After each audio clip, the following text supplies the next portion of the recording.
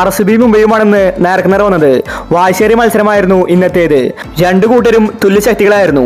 അപ്പോൾ ഇന്നത്തെ RCB മുംബൈ മാച്ചിനെ പറ്റിയാണ് നമ്മൾ ഈ ഒരു വീഡിയോയിൽ പറയുന്നത്. ഇതുപോലത്തെ IPL ന്യൂസിന് വേണ്ടി ഈ ചാനൽ മറക്കാതെ സബ്സ്ക്രൈബ് ചെയ്യൂ. ഇന്ന് ഫസ്റ്റ് ബാറ്റ് ചെയ്തത് RCB ആയിരുന്നു. അവർക്ക് തുടക്കം തന്നെ പിഴയ്ക്കുന്ന കാഴ്ചയാണ് കാണാൻ സാധിച്ചത്. കളിയുടെ ആദ്യ ഓവറിൽ തന്നെ സാൾട്ട് ഔട്ടായി മടങ്ങി. ശേഷം വന്നത് പടിക്കലായിരുന്നു.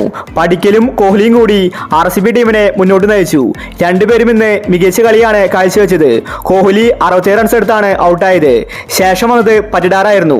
അദ്ദേഹവും ഇന്ന് മികച്ച കളി പുറത്തെടുത്തു. വെറും 32 ബോളിൽ നിന്ന് 64 റൺസാണ് രജിത് പറ്റിഡാർ അടിച്ചുകൂട്ടിയത്. ഇതുകൊണ്ടൊന്നും കളി അവസാനിപ്പിക്കാൻ RCB ഒരുക്കമില്ലായിരുന്നു.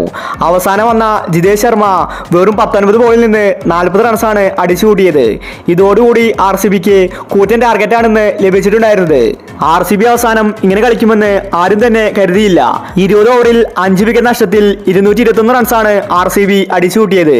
മുംബൈ ടീമിനെ അപേക്ഷിച്ചത് വലിയ സ്കോറായിരുന്നു. പിന്നീട് മുംബൈ സെക്കൻഡ് ബാറ്റിംഗിന് ഇറങ്ങി. മുംബൈക്ക് തുടക്കം തന്നെ പിഴയ്ക്കുന്ന കാഴ്ചയാണ് കാണാൻ സാധിച്ചത്. രോഹിത് ശർമ്മ തുടക്കത്തിൽ തന്നെ ഔട്ടായി മടങ്ങി. ഷോഹിത്ത് ഇംപയർബറായിട്ടാണ് കളിക്കാൻ വന്നത്. ഓപ്പണേഴ്സ് തന്നെ പരാജയമായി മാറിയിരുന്നു. പിന്നീട് വന്ന വിൽ ജാക്സനും ഒന്നും തന്നെ ചെയ്യാൻ സാധിക്കുന്നുണ്ടായിരുന്നില്ല. താരം ഇന്ന് 22 റൺസ് എടുത്ത് ഔട്ടായി മടങ്ങി. പിന്നീട് പ്രതീക്ഷ സൂര്യയിലായിരുന്നു. എന്നാൽ സൂര്യയും ഇന്ന് നിരാശപ്പെടുത്തി. സൂര്യയുടെ ഒരുപാട് ക്യാച്ചുകൾ ഇന്ന് RCB പാഴാക്കി. കളി മുംബൈയുടെ അടുത്ത് നിന്ന് പോകുമെന്ന അവസ്ഥയായിരുന്നു. ഈ സമയത്താണ് പാണ്ഡ്യ കളത്തിലെത്തിയത്.